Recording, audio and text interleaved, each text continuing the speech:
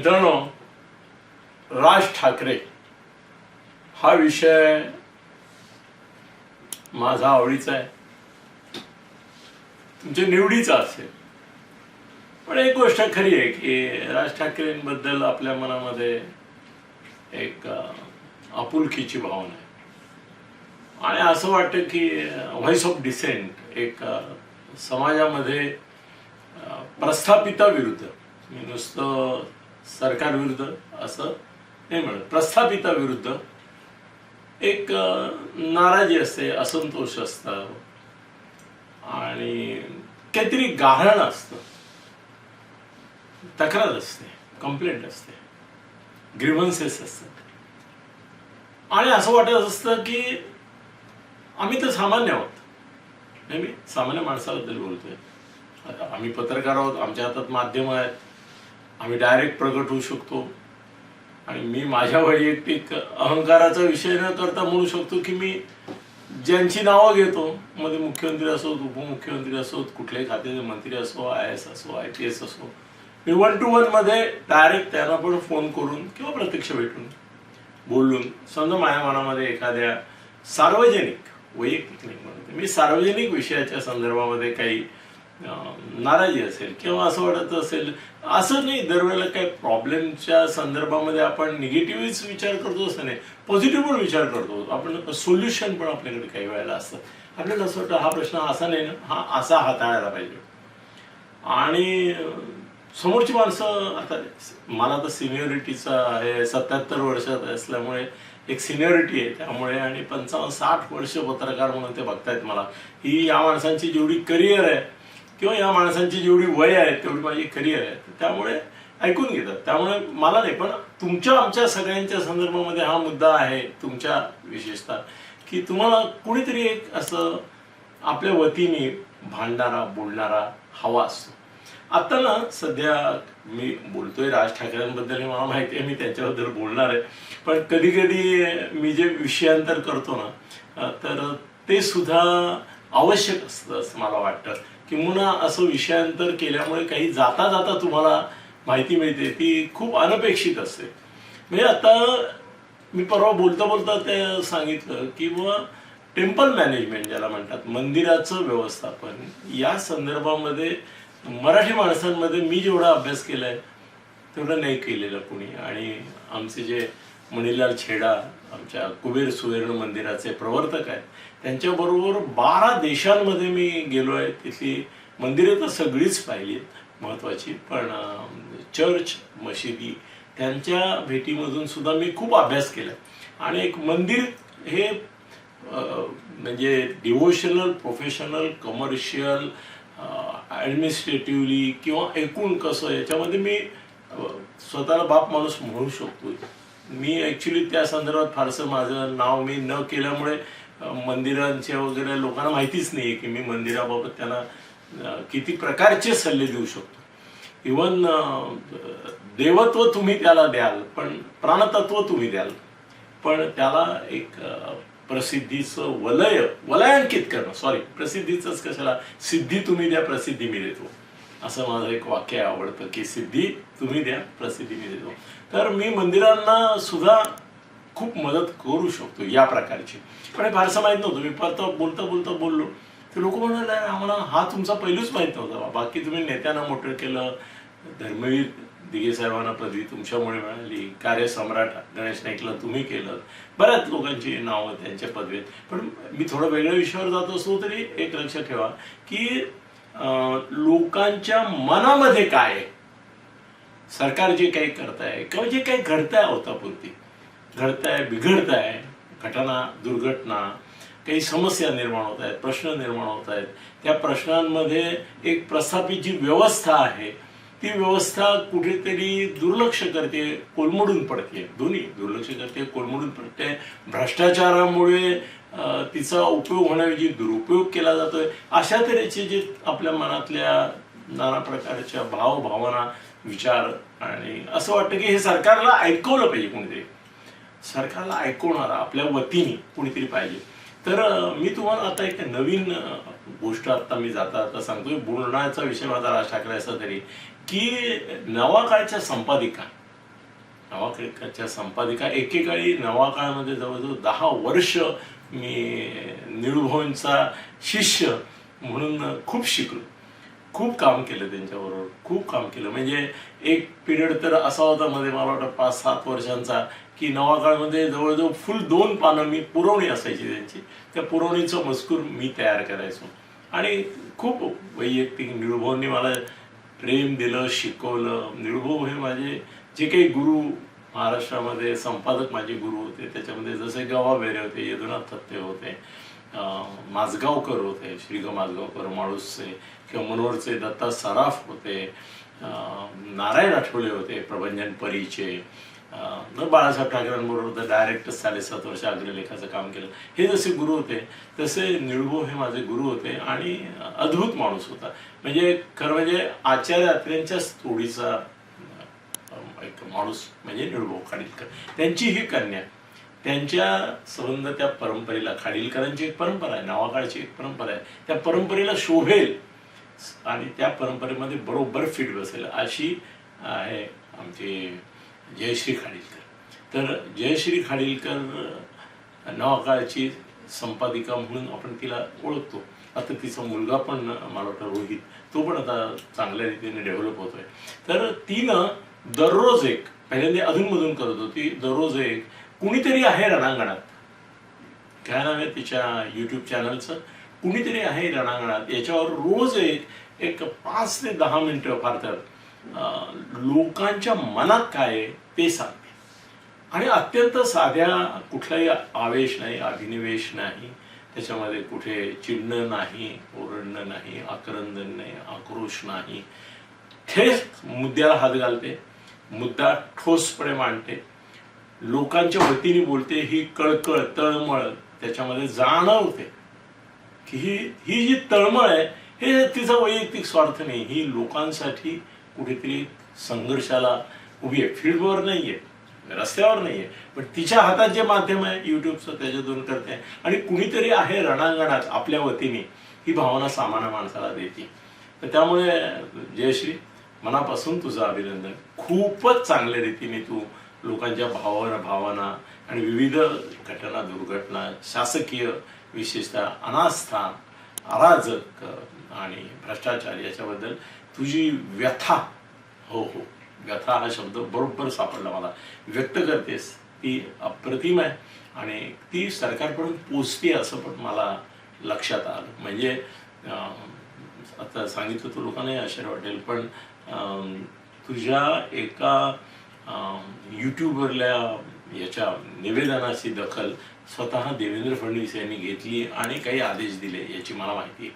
म्हणून मी सांगतो की योग्य प्रकारे चालेल. Whatever it is. Coming back to Raj Thackeray. Raj Thackeray आपल्या सगळ्यांचा आवडीचा, प्रेमाचा विषय. त्यांच्याकडून आपल्या खूप अपेक्षा असतात. दुर्दैव आहे की आपल्या अपेक्षा त्यांच्याकडून सहसा पूर्ण होत नाहीत, पण अपेक्षा त्यांच्याबद्दल वाटतात हे सुद्धा कमी नाही.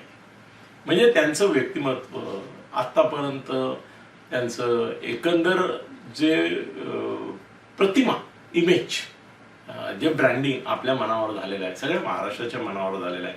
त्याचं एक गारुड आहे, त्याचा एक हिप्नॉटिक स्पेल आहे, हेही खरं. त्यामुळे आपल्याला त्यांच्याकडून अपेक्षा आहेत, हेही खरं. पण गमत अशी होते की एकीकडे त्यांची एक प्रतिमा आपल्या मनामध्ये आहे, कुठेतरी एक तेजस्वी पण मनस्वी, ओजस्वी वक्तृत्व असलेला असा, पण यशस्वी नाही, अयशस्वी असं राजकारणी. पण तरी देखील कुणीतरी एक आम्हाला लढवय्या पाहिजे, कुणीतरी एक योद्धा पाहिजे, कुणीतरी भांडणारा पाहिजे, झगडणारा पाहिजे, संघर्ष करणारा पाहिजे, कन्फ्रंटेशन ज्याला म्हणतात ते सरकारशी करणारा आहे, सरकारला खडसावणारा, सरकारला ज्याचं आता फडणवीसांच्या संदर्भात हा शब्द वापरणं जरा मला अवघड होतं, कारण भीती नाही, फडणवीस कोणाला घाबरतच नाही. फडणवीस हे असे मुख्यमंत्री आहेत, मी सगळ्या मुख्यमंत्र्यांच्या संदर्भामध्ये काही ना काही अनुभव आहेत माझे. 5-6 जणांच्या बरोबर मी मीडियाच्या अनुरोधाने काम केलेलं आहे. पण अलीकडल्या याच्यामध्ये मी बघितलं की याच्या आधीच्या मुख्यमंत्र्यांना राज ठाकरेंची भीती पण वाटायची. म्हणजे त्याच्यामध्ये काही प्रश्न नाही. आणि लोकांना असं वाटायचं की यांची भीती आहे आणि त्यांची भीती सत्ताधाऱ्यांना वाटते म्हणून लोकांच्या मध्ये त्यांच्याबद्दल प्रीती होती. ते त्यामुळे लोकांच्या त्यांच्याबद्दल आणि प्रवाहाविरुद्ध पोहणारा माणूस असं काही काळ त्यांचं एक चित्र लोकांच्या मनात होतं की हा प्रवाहपतीत नाही. म्हणून काय राज ठाकरे प्रवाहपतीत नाहीये, तो प्रवाहाविरुद्ध पोहणारा माणूस आहे.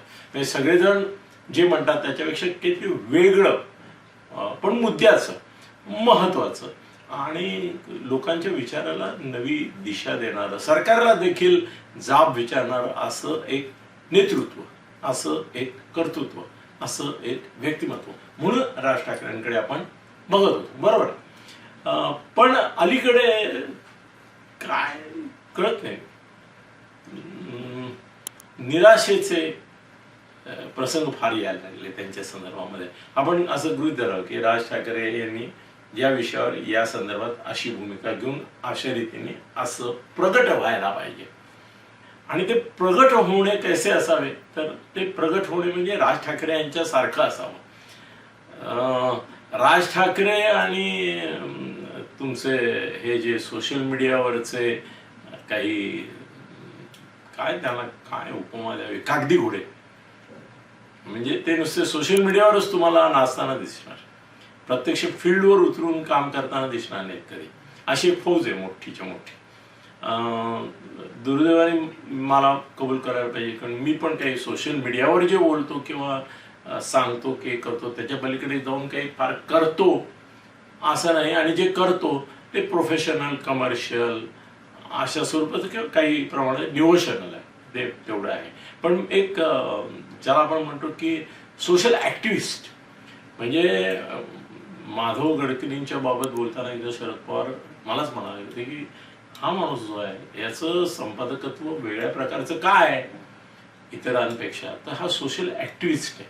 आणि त्यावेळेला ते आंदोलनाच्या विरुद्ध खूप ॲक्टिव्ह होते. सिद्धिविनायकाच्या पासून मला वाटतं काही बरेच इश्यू होते. त्यामुळे सोशल ॲक्टिव्हिस्ट ही ओळख त्यांची होती. कोणाची? माधव गडकरींची. तशा प्रकारची ओळख लोकसत्तासारखं माध्यम असून सुद्धा गिरीश कुबेरांची आज नाहीये.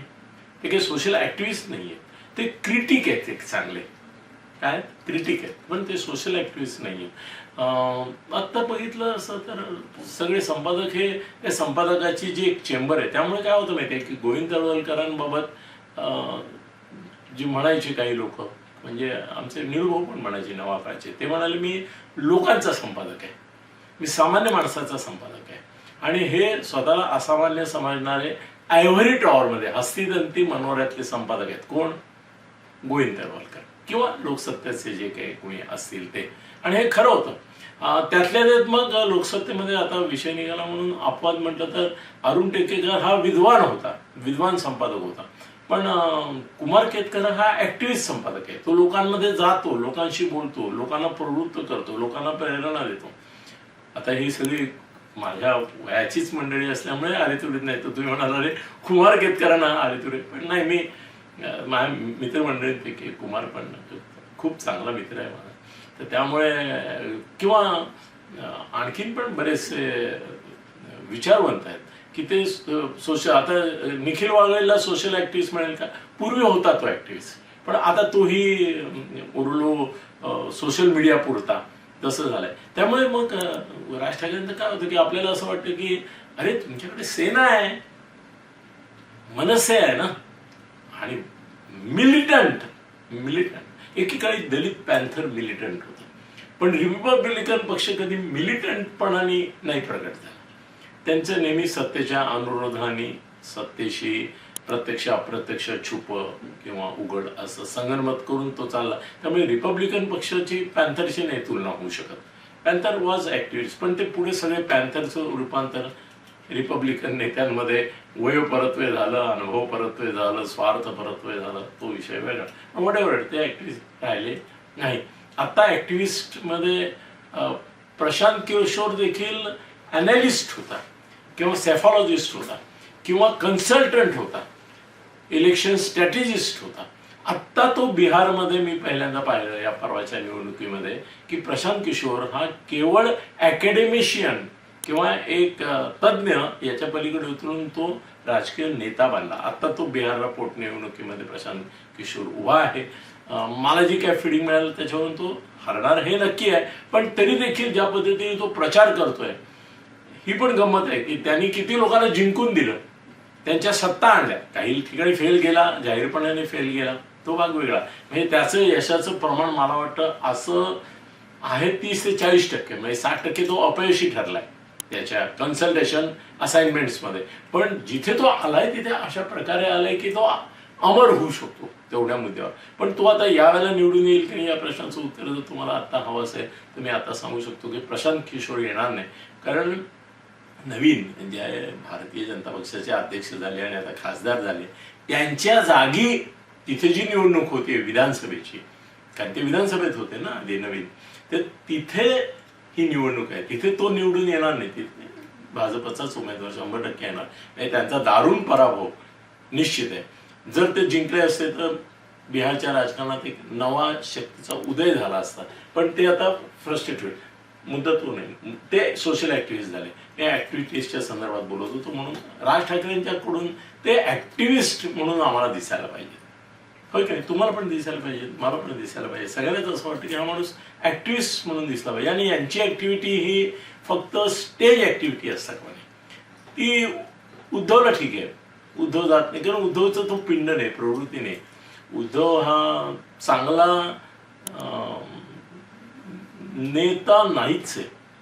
नेतृत्व गुणांच्या ज्या माझ्या संकल्पना आहेत आणि मी पाहिलेल्या आहेत, म्हणजे फारच मोठे नेते त्यांच्यावरून मी काम केलेलं आहे किंवा त्यांच्याशी माझा खूप जवळून संबंध आलेला आहे. मी भाग्यवान आहे की माझे काका यदुनाथ थत्ते होते. त्यामुळे जॉर्ज फर्नांडिस पासून तर ते दत्ता सामंतांच्या ऍक्टिव्हिटीचा मी एक भाग होतो. आणि गिरणी संप ज्यावेळेला हाईटला होता त्यावेळेला दत्ता सामंतांच्या आधी मी त्यांच्या दत्ता सामंतांचे जे सहकारी असतील त्यांना आठवत असेल की दत्ता सामंतांच्या आधी माझं भाषण व्हायचं, बोराडे बिराड्यांची नंतर आधी व्हायची, मी बोलायचो आणि माझ्यानंतर डायरेक्ट दत्ता सामंत स्वतः बोलायचे आणि 5-5, 10-10 लाखाच्या सभा असायच्या. तर ते तिथपर्यंत मी ऍक्टिव्हिस्ट पाहिलेले. म्हणजे मला तो अनुभव खूप आहे की ऍक्टिव्हिस्ट असतो कसा, नेता कसा असतो, नेत्याचे गुण काय असतात. बाळासाहेब नेते होते, बाळासाहेब नेते होते. उद्धव हा नेता नव्हताच कधी. उद्धव हा असा अगदी म्हटलं तर तो राजकीय दलाल याच भूमिकेत होता. फक्त तो अगदी या तुझ्या प्रफुल्ल पटेल इतका किंवा अहमद पटेल आता गेले ते यांचे इतका ओपन दलाल नव्हता. पण तो असा आतल्या पातळीवर जर विचार केला तर त्याचं सगळं जे काय काम चालायचं किंवा चालतं आता त्याला चान्सच नाही. तर ते ही वॉज गुड, सत्तेचा दलाल होता तो. आणि विरोधात राहूनही तोडबाजी करायची आणि इकडे राहून तर तोडपणे केलंच नाही. तर त्यामुळे त्याच्याकडून माझी अपेक्षाच नाही आणि कुणाचीच फारशी आता अपेक्षा नाही आहे आणि नव्हती पण फारशी. त्यामुळे तो मुख्यमंत्री झाला तेही सौदेबाजीतून झाला, कसा झाला, काय झाला. आणि तरी त्याला त्यावेळेला त्याला गद्दारी वाटली नाही, आता बाकी सगळ्यांना तो गद्दार म्हणतो वगैरे, ते कन्व्हिन्सिंग नाही वाटत. कसं आहे ना की राज ठाकरे हे कालपर्यंत मी असं म्हणून कन्व्हिन्सिंग वाटत होते की ते जे बोलतायत ना he means it. He will fight for the cause, he will not leave the cause, he will not do it half heartedly आणि ते मध्येच सोडून देणार नाही. पण धडसोडपणाची वृत्ती समोर त्यांचा स्वभाव आहे की काय मला माहिती नाही. पण प्रत्येक बाबतीमध्ये मग ते कुठलाही विषय असो, असे 10 इश्यू त्यांनी घेतले तर त्या 10 विषयांच्या इश्यूजच्या संदर्भामध्ये दाखवता येईल की घेतला असं वाटलं आता ये लोहा गरम आहे हातोडा इसके ऊपर ये होईल, पण तो नेमका लोहा गरम करण्यापुरतं झाला, हातोडा पडला नाही. त्यामुळे हवं ते वळण किंवा हवं तो आकार त्या ह्याला मिळाला नाही, असंही बऱ्याच वेळा झालं. पण आता राज ठाकरे आपल्याच्या संदर्भामध्ये आपल्याला जे वाटतं की त्याने असं केलं पाहिजे, असं केलं पाहिजे, हे ते करू शकतात. आणि त्यांना क्षमता आहे, योग्यता आहे, पात्रता आहे, बुद्धिमत्ता आहे, प्रतिभा पण आहे. प्रतिभावंत नेते किती आहेत? फार थोडे. तर त्याच्यामध्ये राज ठाकरे प्रतिभावंत. तर त्याने हे केलं पाहिजे, ते केलं पाहिजे. पण आता निराशेचे, अपेक्षा भंगाचे क्षण गेल्या काही वर्षात इतक्या वेळेला आले की त्याचा परिणाम विधानसभेत दिसला. त्याचा परिणाम या ज्या स्थानिक स्वराज्यांच्या संस्थांच्या निवडणुका झाल्या त्याच्यामध्ये मी स्वतः तर असं मानत नाही की उमेदवार हारले, मनसेचे उमेदवार हारले असं मी मानतच नाही. मनसेचे उमेदवार नाही, राज ठाकरे हरले. कारण त्यावेळेला मी काय विधान करत होतो की इथे कुठे हा उभा आहे, इथे कुठे हा अविनाश जाधव नाही उभा, इथे राज ठाकरे स्वतः उभे आहेत. हे प्रत्येकच महाराष्ट्रात जे काय 200-500 त्यांचे उमेदवार कुठे कुठे वेगवेगळ्या निवडणुकात उभे राहिले असतील, तिथे लोकांनी मतं द्यायची, कुणाला द्यायची, स्थानिक उमेदवाराला द्यायची का नाही, त्यांनी राज ठाकरेंनाच मतं द्यायची होती. तर मग राज ठाकरेंनाच मतं मिळाली नाही असं मी म्हटलं तर राग यायचं कारण नाही कोणाला. जर मी असं म्हणत होतो की ही जे काय मतं पडणार ती राज ठाकरेंना पडणार, तर ती नाही मिळाली तर ती त्यांना नाही मिळाली, हे पण माझं विधान तुम्हाला स्वीकारावं लागेल. आता आज मला जर काही मित्रांशी बोललो किंवा यांच्याशी बोललो त्यावेळेला मला असं लक्षात आलं की फारच नाराजी निर्माण झाली गेल्या 2 दिवसामध्ये, फार म्हणजे फारच झाली. किंवा ते राज ठाकरे हा विषय थोडंसं आमच्या निराशा झाली, आम्हाला वैफल्य आलं. अरे आमची अपेक्षा होती, म्हणजे अपेक्षा असणं हा एक पॉझिटिव्ह गोष्ट ना. एखाद्याबद्दल अपेक्षा तेव्हाच असते की जेव्हा त्याच्या गुणवत्तेबद्दल, बुद्धिमत्तेबद्दल काहीतरी आपल्याला तत्वसत्व, महत्व, प्रभुत्व असं दिसतं, तेव्हा आपण त्याच्याकडून अपेक्षा ठेवतो. त्या फलद्रूप न होण्यामध्ये सुद्धा वैफल्य जरी असलं तरी त्याच्याकडून अपेक्षा ठेवाव्या या पात्रतेचा, योग्यतेचा तो आहे, ही भावना असते. पण राज ठाकरेंच्या बाबतीत आता मला भीती अशी वाटते की लोक अपेक्षा ठेवणं बंद करतील का. त्याचं कारण असं आहे की एक मोठी घोडचूक त्यांनी केली असं वाटतं, आणि ती घोडचूक त्यांनी का केली हे कळत नाहीये मला. म्हणजे